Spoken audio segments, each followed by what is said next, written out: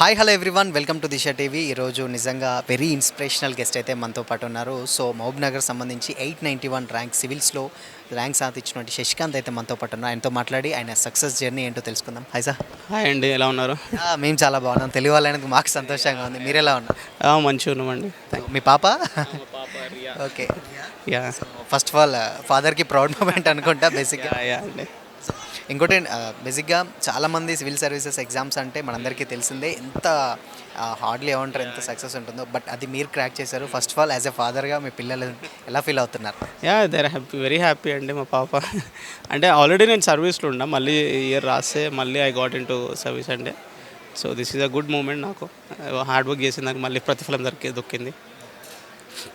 So basic ఏంటంటే civil services exams అనేసరికి చాలా ఏమంటారు, ఇంటర్వ్యూస్ లేకపోతే ఇవి క్రాక్ చేస్తే ఈవెన్ మా ఫ్రెండ్స్ చెప్పింది ఏంటంటే ఒక 100 crores లేకపోతే సివిల్ సర్వీసెస్ ఎగ్జామా అంటే డెఫినెట్గా ఎగ్జామ్ చూస్ చేసుకుంటామని అంటారు. సో ఫస్ట్ ఆఫ్ ఆల్ అంటే మీ ఫ్యామిలీ బ్యాక్గ్రౌండ్ ఏంటి అంత అంత క్రాక్ చేయడానికి? ఈవెన్ ఆల్రెడీ మీరు సర్వీసెస్లో ఉన్నారు. సో ఏంటి అసలు ఫ్యామిలీ బ్యాక్గ్రౌండ్? సో నేను వచ్చేసి మహబూబ్నగర్ జిల్లా అండి. మాది మాచారం అనే ఊరు దగ్గర చాకలగడ్డ తండ నుంచి వచ్చాను నేను. సో మా ఫాదర్ హాస్టల్ వార్డెన్గా పనిచేసేవారు. ఆయన 2009లో చనిపోయారనమాట. అప్పుడు నేను గ్రాడ్యుయేషన్ చేస్తుండే. అండ్ దాని తర్వాత నేను ఇక లైఫ్లో ఏదో ఒకటి పెద్దగా చేయాలని ఉండే అనమాట. ఎస్పెషల్లీ మా ఫాదర్ చనిపోయిన తర్వాత ఎందుకో ఆ కసి ఆ పిచ్చి పెరిగిందనమాట. ఇట్లా నార్మల్ లైఫ్ ఉండొద్దు, డెఫినెట్లీ చేసేది పెద్దది చేయాలన్నట్టు ఉంటుండే.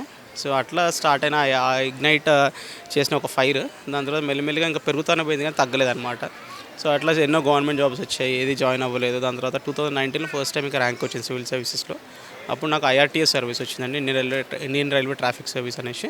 సో ప్రస్తుతం అది చేస్తున్నాను, అస్సాంలో పని చేస్తూ మళ్ళీ మొన్న మళ్ళీ రాసినప్పుడు ఐ గాట్ ఇన్ టు ఇప్పుడు రెవెన్యూ సర్వీస్ వచ్చేలా ఉందండి. సో ఇంకా మనం అనుకుంటే ఏదైనా సాధిస్తాను అనే దానికి ఇంకా ఒక ఎగ్జాంపుల్ లాగా నేను చూస్తాను.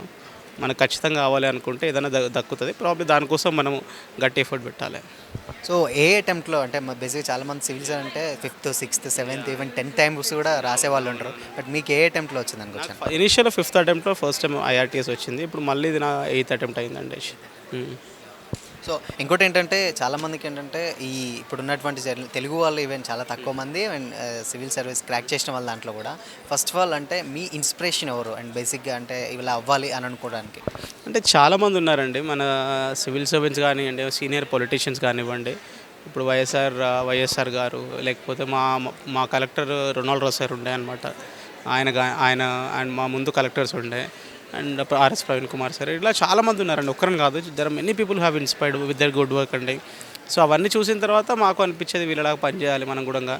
ఇట్లా చేసినప్పుడు సమాజంలో మనం ఒక మార్పు తీసుకురావచ్చు, మన కోసం ఒక పేరు తీసుకురావచ్చు అనేది అది ఎప్పుడూ ఉంటుండే అనమాట.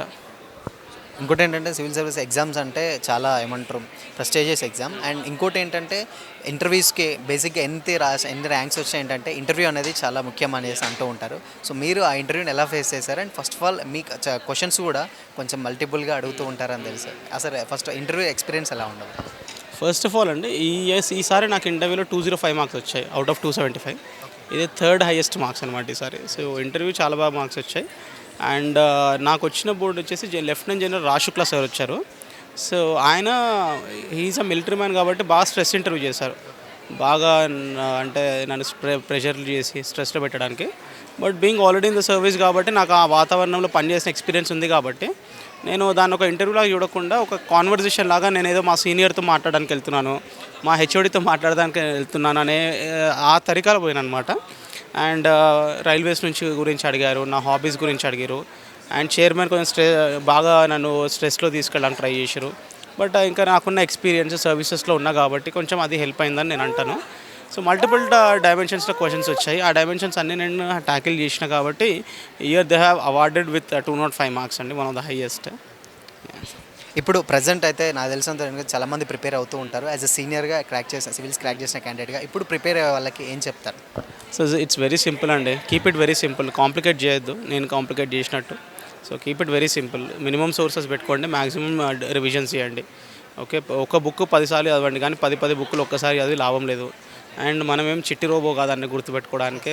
అంటే నేనైతే చాలా నార్మల్ హ్యూమన్ బీయింగ్ అనుకుంటాను కాబట్టి మనం ఏది గుర్తుండదు అంత ఈజీగా. మల్టిపుల్ టైమ్స్ చదివితే కానీ గుర్తుండదు. సో కాబట్టి రివిజన్ మీద బాగా ఫోకస్ చేయాలి. అండ్ మంచి స్ట్రాటజీ పెట్టుకోండి, మంచి బుక్స్ వాడండి. అండ్ ఎప్పుడైనా కానీ టాపర్స్వి వీడియోస్ అవి చూసి ఒక స్ట్రాటజీ ఫిక్స్ చేసుకోండి. యా మ్యామ్, అంటే ఫస్ట్ ఆఫ్ ఆల్ మీరు ఎలా ఫీల్ అవుతున్నారు అండ్ మీ హస్బెండ్కి ఈవెన్ ఇద్దరు పిల్లలతోటి ఈ మూమెంట్ వెరీ స్పెషల్ మూమెంట్. చాలా హ్యాపీగా ఫీల్ అవుతున్నాను. చాలా కష్టపడ్డారు అండ్ నేను ఇటు పిల్లలతో ఆయన అటు యూపీఎస్సితో చాలా కష్టపడ్డాము. సో ఫైనల్గా ర్యాంక్ వచ్చింది. అందరు చాలా హ్యాపీగా ఉన్నారు ఇంట్లో కూడా. ఓకే, ఇంకోసారి ట్రై చేస్తున్నారు. ఇంకా మంచి ర్యాంక్ రావాలనేసి అనుకుంటున్నాను. All the best. As a వైఫ్గా అండ్ మీ అంటే మీ చుట్టుపక్కల రిలేషన్స్ కానీ లేకపోతే ఈవెన్ ఫ్యామిలీ మెంబర్స్ కానీ ఫస్ట్ ఆఫ్ ఆల్ మీతో చెప్పిన మాటలు ఏంటి? ఆయనకు సివిల్ సర్వీసెస్ ఇలా టాప్ ర్యాంక్ వచ్చింది. చాలామంది ఏమన్నారంటే అసలు ఇద్దరు పిల్లల్ని పెట్టుకొని అసలు ఎలా చదివారు అసలు. నిన్న కూడా ఇక్కడ పార్టీలో కూడా చాలామంది అన్నారు చాలా గ్రేట్ మేడం, అసలు మీరు చాలా సపోర్ట్ చేశారు అండ్ మీ వారు కూడా చాలా కష్టపడ్డారు అనేసి ప్రతి ఒక్కరు చెప్పేది అయితే ఇద్దరు పిల్లలతో ఎలా అయ్యింది అసలు అనేసి. అదే కదా. అది క్రెడిట్ టు మై వైఫ్ అండి.